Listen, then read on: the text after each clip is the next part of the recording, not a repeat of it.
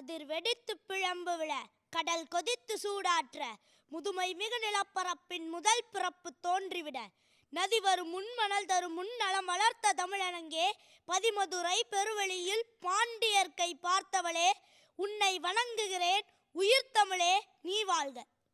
DD Tamil தொலைக்காட்சி நேயர்கள் அனைவருக்கும் இந்த அருளினியனின் அன்பு வணக்கம்.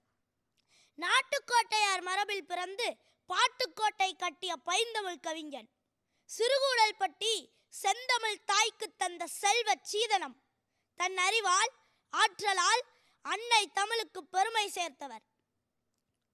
8ஆவதாக பிறந்து 8ஆம் வகுப்பு வரை படித்து எட்ட முடியாத உயரத்தை எட்டி சாதித்தவர் கவியரசர் கண்ணதாசன். இவர் முத்தமிழுக்கு பெருமை சேர்ப்பார் என்றே கருதி அவர்தம் பெற்றோர் முத்தையா என்று பெயர் சூட்டினர். கோபாலன் கோவிந்தன் கண்ணன் மீது கொன்ற பற்றால் தன் பெயரை கண்ணதாசன் என்று சூட்டிக்கொண்ட பெருமகனார். தமிழில் பிறந்த எல்லோருக்கும் 2 தாய்கள் உண்டு. ஒன்று தமிழ் தாய், மற்றொன்று கண்ணதாசனின் கவிதை தாய். நாம் சிரித்தாலும் அழுதாலும் காதலித்தாலும் தோற்றாலும் வென்றாலும் நம் மனநிலைக்கு ஏற்ற ஒரு பாடல் வரிகளை கண்ணதாசன் ஏற்கனவே எழுதிவிட்டார்.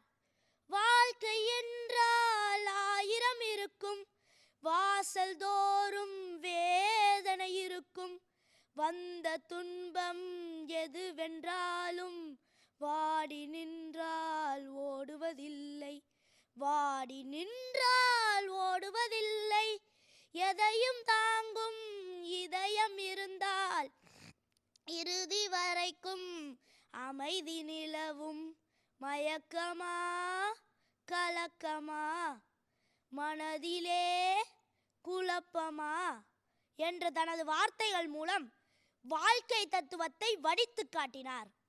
அதனால்தான் காவியத்தாயின் இளைய மகன் என்று தமிழுலகம் அவரை அன்போடு அழைக்கின்றது. திரைப்பட பாடல்கள் என்றாலே பலருக்கும் பொழுதுபோக்கு நினைவுக்கு வரும். ஆனால் கண்ணதாசனின் பாடல்கள் பொழுதுபோக்கு மட்டுமல்ல, சமுதாயத்தின் பழுது நீக்கும் வாழ்க்கை பாடங்கள். தவறுக்கு துணிந்த மனிதன் அழுவதில்லையே, தவறியும் வானம் மண்ணில் விழுவதில்லையே என்று நெறி சார்ந்த வாழ்க்கை தத்துவத்தையும் போனால் போகட்டும் போடா என்று கவலைகளை காற்றில் பறக்க விடுகிறார். அவர் எழுதிய வரிகளில் கண்ணீர் இருக்கின்றது, இறை நம்பிக்கையும் உண்டு. மற்றவர்கள் பேனாவால் எழுதுவார்கள், ஆனால் கண்ணதாசன் தன் இதயத்தால் எழுதினார்.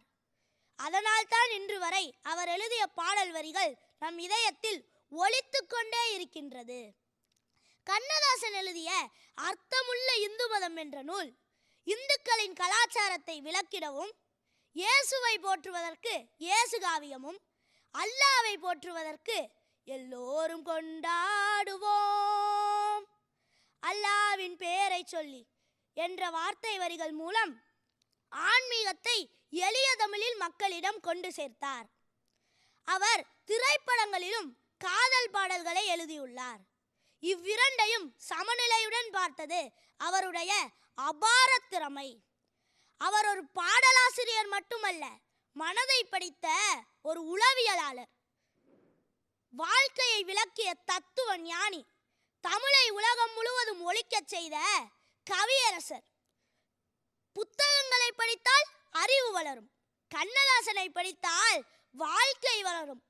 அதனால்தான் காலங்கள் மாறினாலும் தலைமுறைகள் மாறினாலும் கண்ணதாசனின் பாடல்களுக்கு முதுமை வராது. காவியத்தாயின் இளைய மகனாக வாழ்ந்து தமிழ் தாயின் இதயத்தில் என்றும் நிலைத்திருக்கும் கவியரசரின் நூற்றாண்டு தொடங்கியுள்ள இந்த பொழுதுகளில் அவரின் பொற்பாதங்களை பணிந்து வணங்கி விடைபெறுகிறேன். நன்றி, வணக்கம்.